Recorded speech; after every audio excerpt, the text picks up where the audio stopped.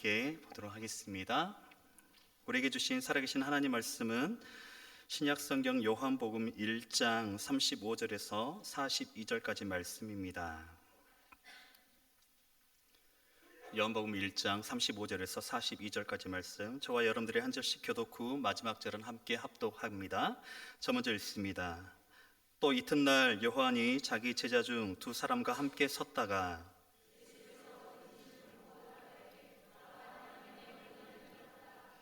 두 제자가 그의 말을 듣고 예수를 따르거늘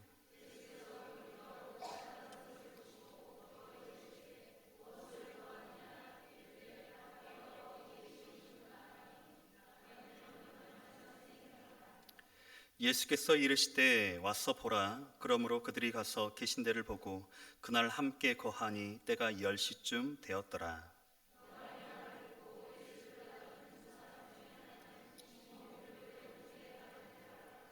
그가 먼저 자기 형제 시몬을 찾아 말하되 우리가 메시아를 만났다 하고, 메시아는 번역하면 그리스도라.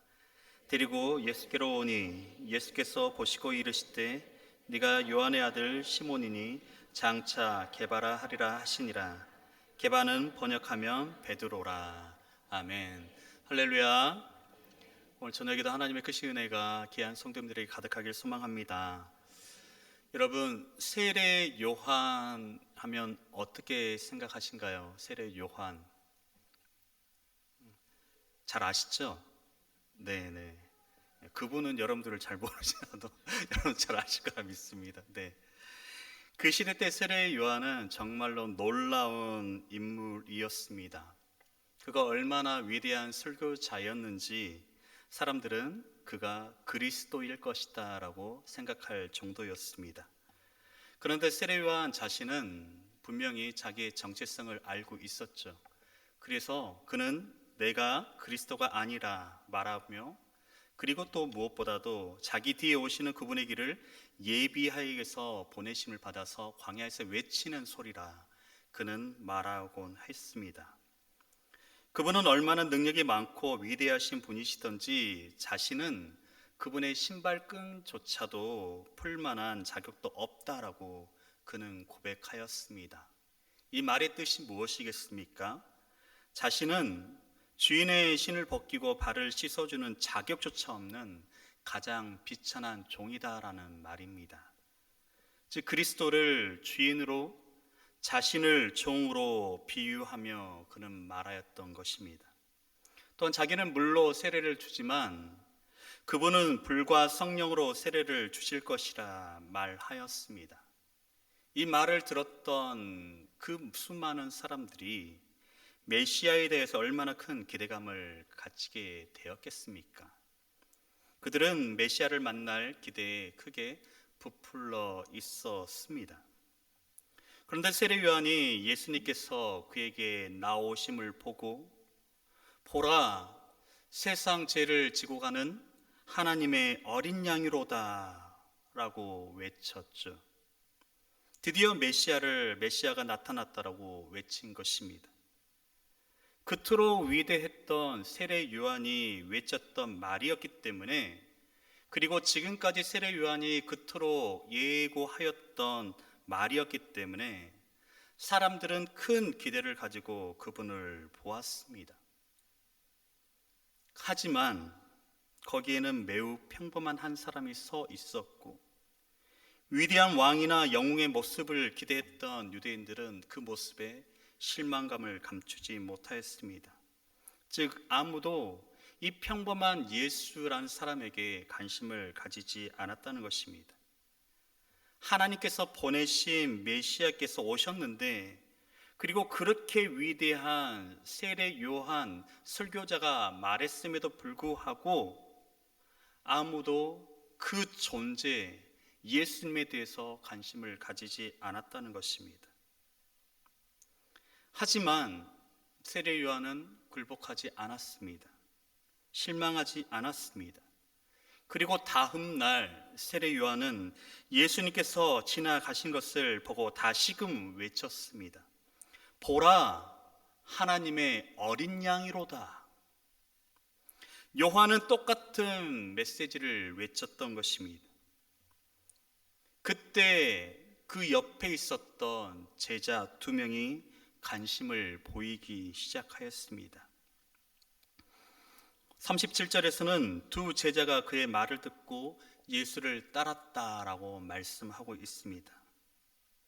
이때 예수님을 쫓은 세례 요한의 두 제자 중 한 사람은 안드레였습니다. 그리고 또 한 사람은, 그의 이름은 성경에서 밝히고 있지 않습니다. 그러나 많은 신학자들이 얘기할 때 이 사람은 바로 오늘 이 복음서를 기록한 요한이었다라고 말합니다. 이렇게 안드레와 요한은 가장 먼저 예수님을 쫓았고 예수님의 제자가 되었습니다. 그런데 처음에 그들은 누구의 제자였습니까? 세례 요한의 제자였습니다. 세례 요한이 자신의 두 제자로 하여금 예수님을 쫓게 했다는 것은 참으로 귀한 일인 것이죠.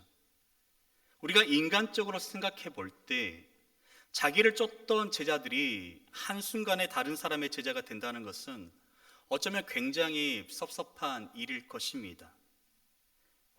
배신감을 느낄 수도 있을 것입니다.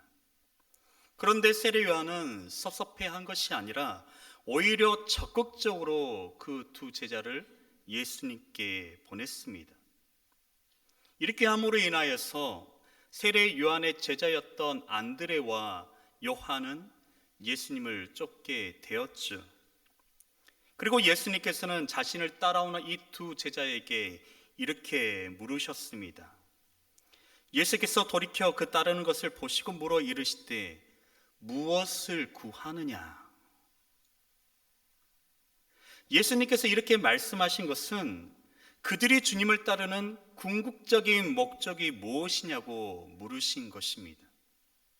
당시 유대인들은 메시아를 왕이나 군사적인 영으로 생각했었죠.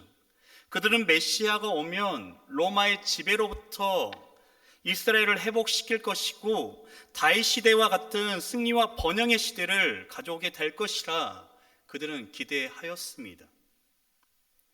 예수님께서는 너희도 그런 기대와 목적을 가지고 나를 쫓느냐라고 묻고 계시는 것입니다.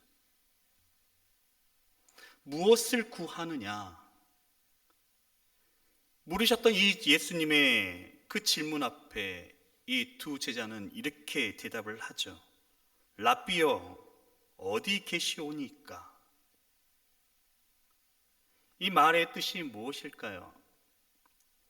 당시 사람들이 선생으로부터 배우는 방법을 생각하면 쉽게 알 수 있습니다. 당시 사람들은 선생과 함께 살면서 진리와 또한 그의 인격을 배워 나갔습니다. 그러므로 이 두 사람이 랍비여 어디 계시오니까? 라고 물은 것은 예수님과 함께 더욱더 친밀한 그 관계를 유지하며 그분과 함께 지내면서 배우기를 원한다는 뜻이었습니다. 즉 그들은 예수님의 말씀을 듣기를 원하였다는 것입니다. 이것은 너무나도 우리 가운데 중요한 메시지를 던지고 있습니다. 사랑하는 성도 여러분, 오늘 여러분들이 교회에 나온 이유는 무엇입니까? 여러 이유들이 있겠죠. 교회가 좋아서 나오는 사람들도 있을 것이고, 어떤 사람들은 설교가 마음에 들어서 교회에 나온다 하는 사람도 있을 것이고, 사람을 만나기 위해서 나온다는 사람도 있을 것이고, 여러 사람들이 있을 것입니다. 오늘 여러분들은 무엇을 위해 이 자리에 나오셨습니까? 예수님의 질문, 무엇을 구하느냐? 라는 이 말을 다른 말로 표현해 본다면 여러분들은 무엇을 바라고 예수님을 믿으십니까? 라고 여러분들에게 질문하고 싶습니다. 우리의 인생의 목적과 목표는 무엇입니까? 아마도 사람마다 개인차가 있을 것입니다. 하지만 적어도 그리스도의 제자들에게는 공통점이 분명히 존재해야 합니다. 그것이 뭐냐면 그것은 이 세상에서의 출세가 아니라 우리는 하나님의 말씀을 따르고 그 말씀대로 살아가서 제자된 삶을 살고자 하는 목표가 우리 가운데 분명히 있어야 한다는 사실입니다. 이 시간 우리가 이 자리에 나온 것도 우리는 하나님 말씀을 듣고 하나님께 주신 그 은혜로 인하여서 우리 삶이 다시금 하나님 앞에 온전히 서기를 바라는 마음에서입니다. 그렇게 고백하십니까?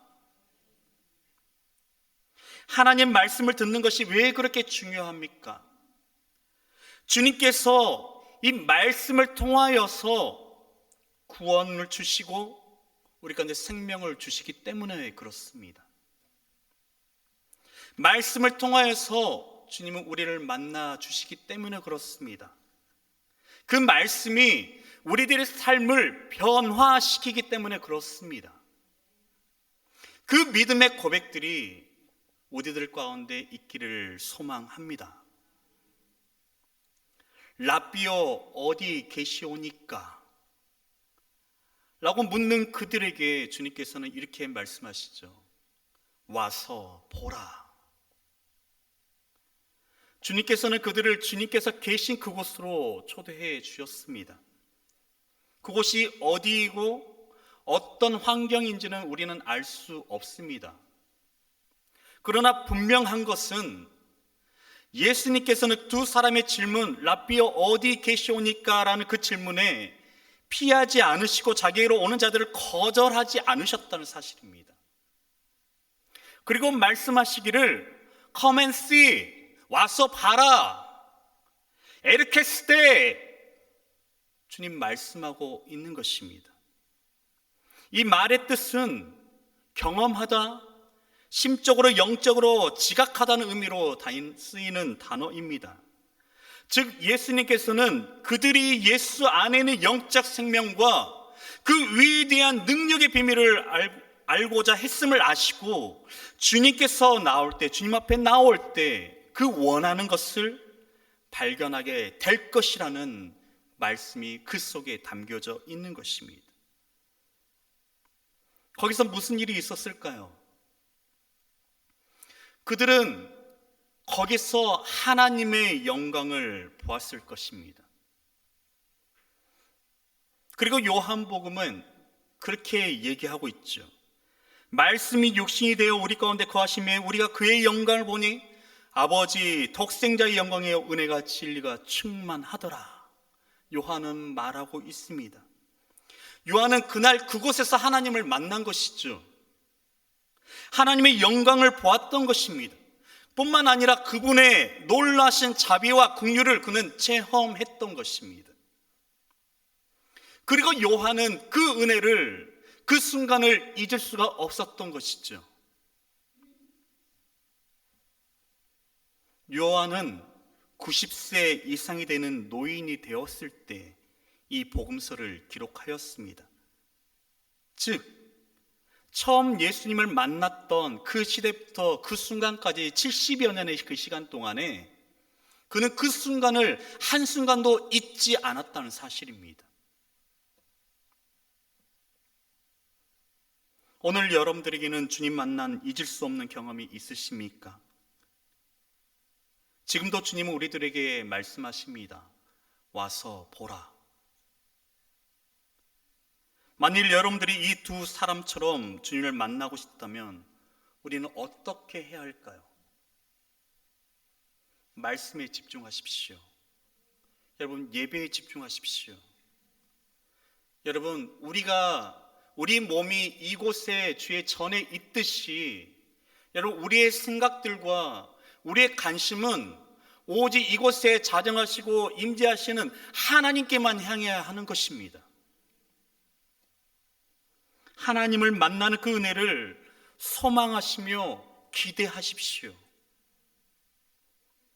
간절한 마음으로 예배 가운데 나오시기 바랍니다.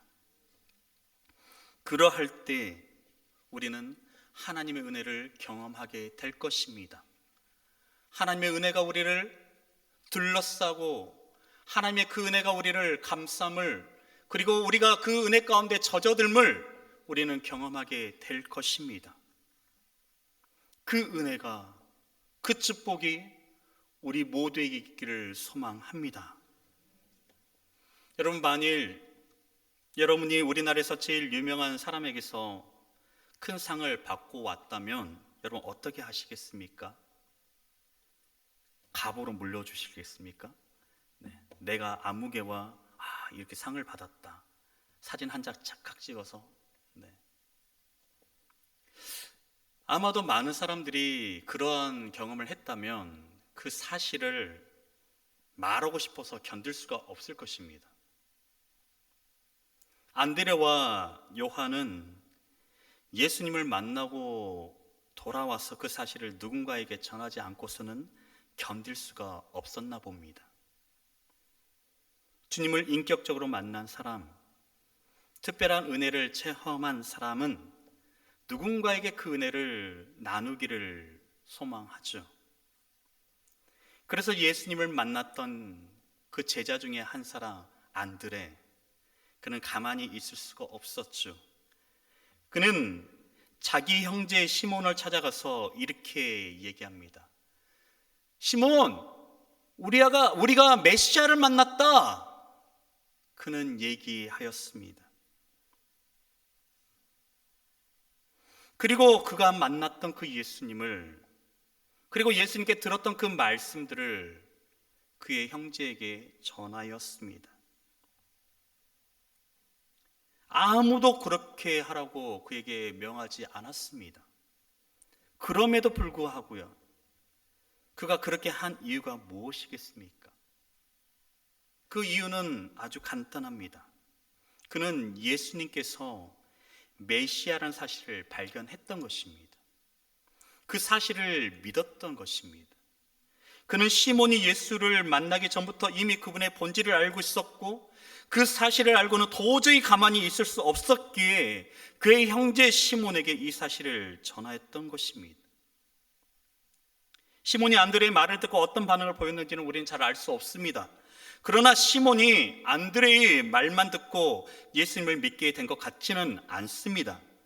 그래서 안드레는 그를 예수님께로 데려가게 되죠. 예수님께서는 안드레가 시몬을 데리고 오는 것을 보시고 이렇게 말씀하십니다. 데리고 예수께로 오니 예수께서 보시고 이르시되 네가 요한의 아들 시몬이니 장차 게바라 하리라 하시니라. 게바는 번역하면 베드로라. 예수님께서는 안드레가 시몬을 소개하기 전부터 그를 미리 먼저 알고 계셨습니다. 마찬가지입니다.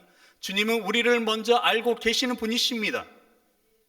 우리가 처음 교회에 나왔다 할지라도, 또는 우리 안에 예수님을 향한 믿음이 없었고, 때로는 우리가 복음을 전하는 그 모든 사람들 가운데 그 사람들이 주의 전에 온다 할지라도, 올 때도 그 한 사람 한 사람들을 주님은 알고 계시다는 사실입니다.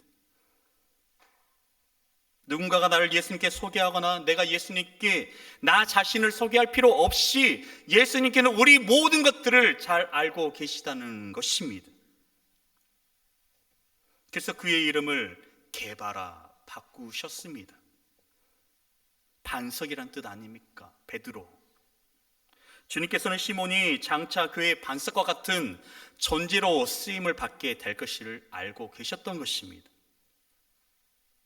주님의 말씀대로 베드로는 초대교회 최고의 지도자가 되었습니다. 그가 설교했을 때 3,000명, 5,000명들이 회개하고 구원을 받았습니다.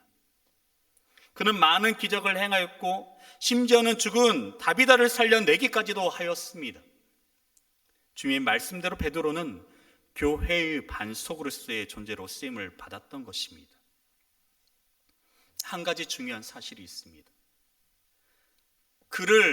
시몬을 예수님께 데리고 왔던, 소개했던 안드레, 그는 성경에서 많이 등장하지 않습니다. 별로 유명한 제자가 되지 못한 것이죠. 우리 시선으로 바라볼 때요. 복음서 위에는 안드레에 대한 기사가 거의 나오지 않습니다. 그러나 여러분, 중요한 사실은요, 그가 한 번 설교로 5천 명을 구원한 바로 그 베드로를 전도한 사람이란 사실입니다. 무엇보다도 그는 교회적이든 개인적이든 복음을 자발적으로 전한 기독교 역사상 최초의 전도자로서의 삶을 그는 살았던 인물이었던 것입니다. 여러분, 하나님의 일에는요, 작은 일이 없는 것입니다. 사소하게 보이는 일이라도 큰 일이 될 수 있는 것입니다. 즉, 우리가 지금 현재 마음에 품고 있는 전도자들, 새신자들, 그들을 향한 하나님의 뜻은 반드시 있는 줄 믿습니다. 우리가 전도한 평범한 사람이 하나님께서 어떻게 쓰임을 받게 될지 우리는 알 수 없는 것입니다. 그러기에 우리는 전도하기에 더욱더 힘을 내야 하는 것입니다. 사랑하는 성도 여러분, 우리 가슴속에 품고 있는 그 한 사람의 영혼들을 향하여서 우리가 귀한 발걸음을 더욱더 해나가기를 소망합니다. 주님은 오늘도 우리를 초청하고 계십니다. 나의 모든 것을 아시는 주님께서 우리를 부르시고 계십니다. 그 말씀에, 그 부르심에 순종하시기 바랍니다. 그리고 무엇보다도 하나님은 우리 한 사람 한 사람을 통하여서 하나님의 나라를 확장해 가시기를 원하십니다. 죽어가는 자들, 잃어버린 자들을 향하여서 하나님 말씀을 전하기를 원하십니다. 이름도 없이, 빛도 없이 하나님 나라를 아름답게 세워갈 수 있는 우리 모두가 되기를 주님 이름으로 축원드립니다. 기도하겠습니다.